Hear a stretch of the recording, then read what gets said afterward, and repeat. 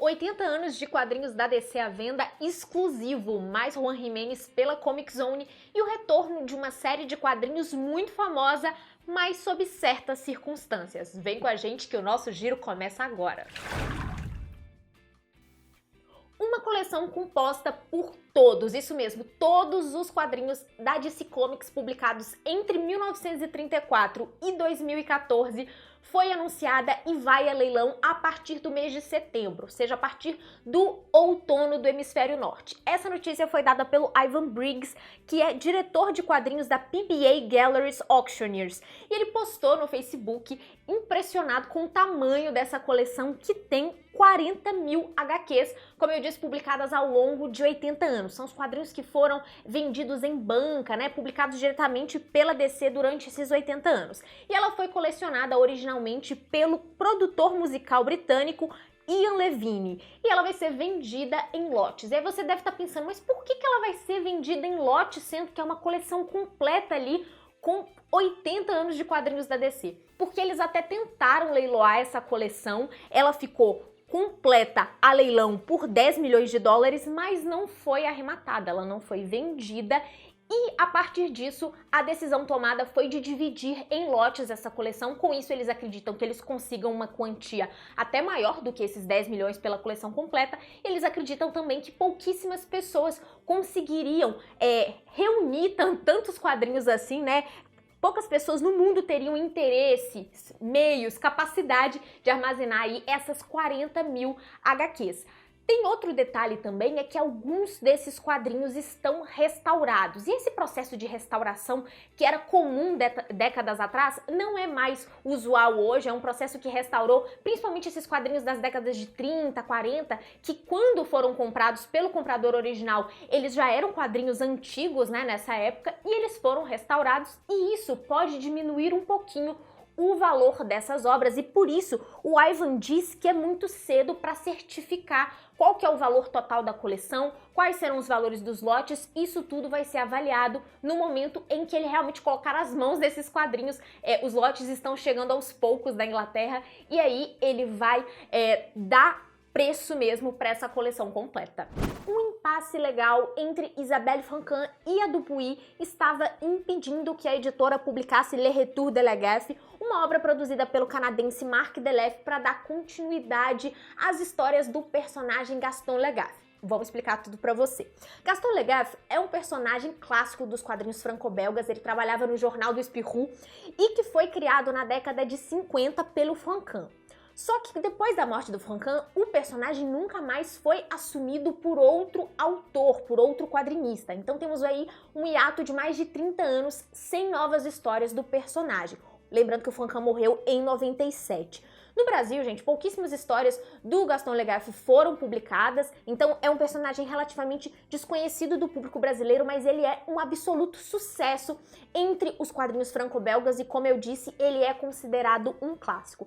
Eis que a Dupuis anuncia para 2022 um álbum novo chamado Le Retour de Legaffe, produzido pelo Marc Delef, para dar continuidade às histórias do Gaston Legaffe e criar como se fosse uma nova fase mesmo do personagem, assumida por esse quadrinista canadense. Só que a obra foi embargada pela Isabelle, que é a herdeira do Franquin, dizendo que o pai dela não queria que o personagem fosse assumido por outro quadrinista, que isso era um desejo do pai dela, que depois da morte dele, outro quadrinista não pudesse dar continuidade às histórias do personagem. E aí ela entrou na justiça e conseguiu que a obra não fosse publicada. Então, esse quadrinho que foi anunciado pro ano passado nunca saiu. Agora corta para 2023 e aparentemente esse impasse foi resolvido porque a justiça belga autorizou a publicação de Le Retour de Legaffe, mas com uma condição. A Isabelle vai ter que ser consultada e autorizar, vai poder levantar objeções, vai poder apontar ali aquilo que ela acredita que era o desejo do pai dela. Então, gente, aparentemente, o que a Dupuis quer fazer é seguir com essa série, né? É ter novas edições para apresentar o personagem para um novo público, para um público jovem aí. E a Isabelle vai ficar lá em cima, de olho, para saber se o desejo do pai dela está sendo cumprido. Só uma observação, pessoal. A tiragem dessa obra é estimada entre 1,2 milhão de cópias. Mercado franco-belga, né, gente? Ei, você que está assistindo aqui o Giro, já deixou seu like? Então vem cá, deixa o like, se inscreva aqui no nosso canal e eu ainda tenho um convite. Nessa terça-feira, dia 6 de junho, a gente tem Além do Gibi, às 20 horas aqui no nosso canal do YouTube. Já vou adiantar que você pode assistir as outras edições do Além do Gibi no nosso canal, tem uma playlist reservada para esse quadro e nessa semana a gente vai comentar sobre o uso do Catarse pelas editoras. Temos convidados especiais que vão poder acrescentar sobre o tema, então a gente vai ter representante do Catarse, a gente vai ter representante da Figura e representante da Indivisível Press. Toda a ideia do Além do Gibi é propor um debate sobre temas que cercam os quadrinhos. Falar de Catarse é inevitável, até porque tem usos muito bons da plataforma, mas também temos alguns problemas. Vamos falar de tudo isso. E mais um convite aqui rapidinho, é que você pode ser apoiador do Fora do Plástico em apoia.se/Fora do Plástico. Isso é muito importante pra gente, porque é uma forma da gente continuar mantendo aqui o nosso conteúdo, continuar produzindo, e esse financiamento coletivo é a maneira que a gente tem de realmente financiar o Fora do Plástico. apoia.se/Fora do Plástico, lá você confere todas as recompensas. Continuando com uma exclusiva aqui do nosso Giro em Vídeo, vai ter mais Juan Jimenez pela Comic Zone e você já tá vendo a capa do quadrinho aí na tela. A Comic Zone gentilmente nos enviou tanto a capa quanto algumas imagens internas de Eu, Dragão, a Saga, quadrinho que foi originalmente publicado em 3 volumes, mas que vai sair em edição volume único aqui no Brasil pela Comic Zone. A obra é uma grande saga medieval com tretas familiares, com dragões, com batalhas... Game of Thrones, vamos dizer assim, né? E é uma questão interessante de observar é que nessa obra o Jimenez faz roteiro e arte. Você provavelmente conhece o Jimenez aí de Cidade e também de Escória, 2 quadrinhos publicados pela Comic Zone, mas ele também é desenhista de A Casta dos Metabarões, que foi publicado, na verdade está sendo publicado, né, pela editora Pipoca e Nanquim. E ainda sobre o catálogo de 2023, a Comic Zone vai revelar todas as obras publicadas neste ano, em breve no seu canal do YouTube. Eles já revelaram algumas das HQs, mas ainda tem muita coisa para ser publicado que você não tá sabendo e vai ficar sabendo a partir desse vídeo que o Thiago vai lançar lá no canal. E só uma garantia para vocês, esse não é o único Jimenez da Comic Zone neste ano, hein? Fica de olho lá no canal deles para ficar sabendo de tudo. Chip Zdarsky diz que ganhou mais dinheiro com Criminosos do Sexo e com sua nova HQ Public Domain do que com as suas publicações da Marvel e da DC. Ele disse isso numa entrevista exclusiva para o jornal Le Figaro por causa do lançamento do seu quadrinho Public Domain que está acontecendo agora lá na França. Além desse tema, ele trata de várias outras coisas nessa entrevista. É muito interessante observar como ele comenta sobre os direitos autorais dos quadrinistas. Afinal de contas, Public Domain é uma HQ que usa uma história ficcional para comentar justamente sobre esses direitos autorais e, é claro, fazer uma ponte aí com a história do Jack Kirby. Ele diz, inclusive, nessa entrevista, que hoje os quadrinistas estão mais conscientes do que é o poder deles, né? Eles têm um pouco mais de margem para negociar com as editoras, principalmente nos casos de adaptações para cinema e TV. São casos aí que a gente fica sabendo de vários quadrinistas que não recebem a remuneração justa pelas suas criações quando elas são adaptadas. Isso tudo está descrito lá na entrevista, mas ainda tem um tópico que é interessantíssimo, que é isso que eu comentei na chamada. O Chip Zdarsky diz que compensa trabalhar para Marvel e para DC, que é possível ganhar dinheiro, mas que ele fez mais dinheiro com suas obras autorais. Abre aspas. Se você cria um quadrinho best-seller para Marvel ou DC, isso definitivamente gera dinheiro para você, mas de uma forma muito mais fugaz, porque os quadrinhos não tendem a permanecer impressos por muito tempo devido ao alto volume de publicações dessas empresas. Ele cita a questão do Criminosos do Sexo, que foi uma obra que fez muito sucesso. Lembrando que Criminosos do Sexo foi publicado aqui no Brasil pela editora Devir, foi publicado por completo pela Devir, e é uma obra dele em que ele faz a arte com o Matt Fraction, 2 quadrinistas que trabalharam para Marvel e para DC. E aí ele traz a questão da projeção que trabalhar para essas grandes editoras traz, né?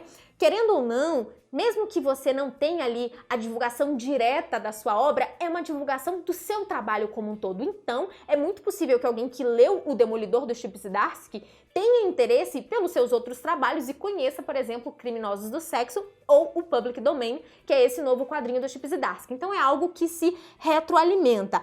o trabalho autoral desses quadrinistas acaba sendo mais visibilizado por causa de produções em grandes editoras como Marvel e DC. É o que o Chip Zdarsky comenta nessa entrevista. Neste fim de semana tem PocCon em São Paulo entre os dias 9 e 10 de junho no espaço CCSP. Lembrando que a PocCon é gratuita, mas vale a pena ficar de olho no horário, sempre lota, sempre dá fila, então fica de olho aí. Temos algumas novidades exclusivas do evento, novidades de quadrinhos que vão ser lançados lá. Temos The Flower Pot, que vai ganhar uma nova edição. Essa história da Amanda Freitas traz a história de amor entre o Pio, que é um rapaz super tímido, e o Adrian, que é um menino que tá trabalhando, tá ajudando a avó dele na floricultura da família. Essa edição definitiva vai ser lançada pela JPC com uma nova capa, 2 capítulos extras com artes novas e histórias curtas dos personagens. Esses capítulos extras, esse material extra foi publicado como After Story, só que só no formato digital, e agora vai integrar essa edição. Vai ter novo acabamento e também sobrecapa. E a Amanda ainda vai participar de uma mesa na PocCon com o tema Mangakás Brasileiros. Outra quadrinista que vai ter lançamento na PocCon é a Amanda Miranda, que vai republicar a sua HQ Juízo. Juízo foi publicado originalmente pela Mino em 2019 como parte da coletânea Tabu e agora vai ser lançado nessa nova edição de autora da Amanda de forma independente. O quadrinho se encaixa no gênero body horror e busca trazer um pouco dessa tentativa de ter controle sobre um corpo que não é seu, de agenciar esse corpo que não parece ser seu, né? A Amanda vai trazer nova capa, tem acabamento novo também, mais páginas, mudanças no roteiro, o roteiro vai estar atualizado e ainda tem um pós-fácil da Adriana Secchi.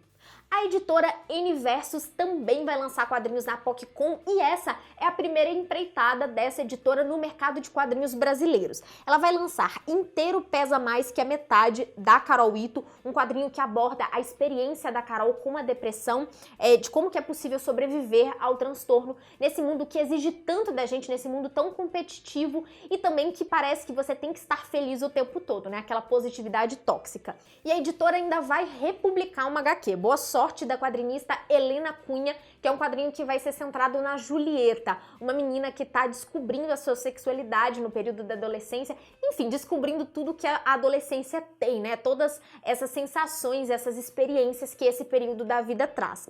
Boa Sorte foi publicado de forma independente originalmente pela Helena Cunha e agora volta com nova capa pela editora Universos. Pré-vendas da semana, vão ficar de olho nos quadrinhos que entraram em pré-venda nos últimos dias. Temos aqui Madeleine Resistente, A Rosa Engatilhada. Esse é o primeiro volume da série que a editora Nemo está começando agora. O segundo volume ainda não saiu lá na França, tem previsão de publicação para ainda em 2023 e essa obra acompanha a vida da Madeleine Riffaut, que foi uma mulher que participou mesmo da resistência francesa e olha que coisa interessante. Ela assina o roteiro ao lado do Morvan e do Bertel e a previsão de lançamento dessa HQ tá para o mês de julho. Também temos aqui mais um volume de Prisioneiro dos Sonhos, série do Marc-Antoine Mathieu, o terceiro volume aqui da série.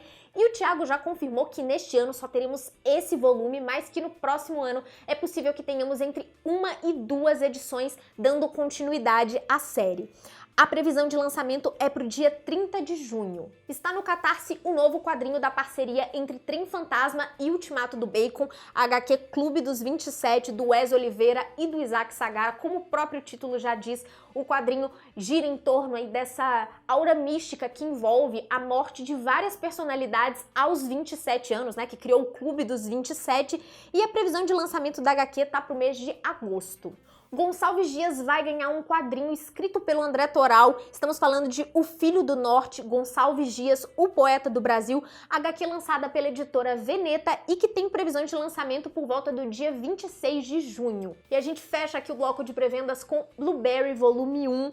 Essa que é uma edição integral da editora Pipoca Nanquim que reúne 9 histórias do Blueberry neste primeiro volume. Serão 4 volumes no total e essas histórias são criadas por Jean-Michel Charlier e Jean Giroux, um clássico dos quadrinhos, né? E a previsão desse primeiro volume é para o dia 30 de junho. O giro de hoje fica por aqui, muito obrigada pela sua presença. Não se esqueça de deixar aqui o like, de se inscrever no nosso canal, isso é essencial para a continuidade do nosso trabalho. Eu já disse isso antes, mas você também pode ser apoiador ou apoiadora do Fora do Plástico em apoia.se/Fora do Plástico. Lá você confere todas as recompensas e fica mais uma vez o convite para você aparecer aqui no nosso canal no dia 6 de junho para o nosso Além do Gibi, às 20 horas aqui no YouTube. Um beijo, até a próxima!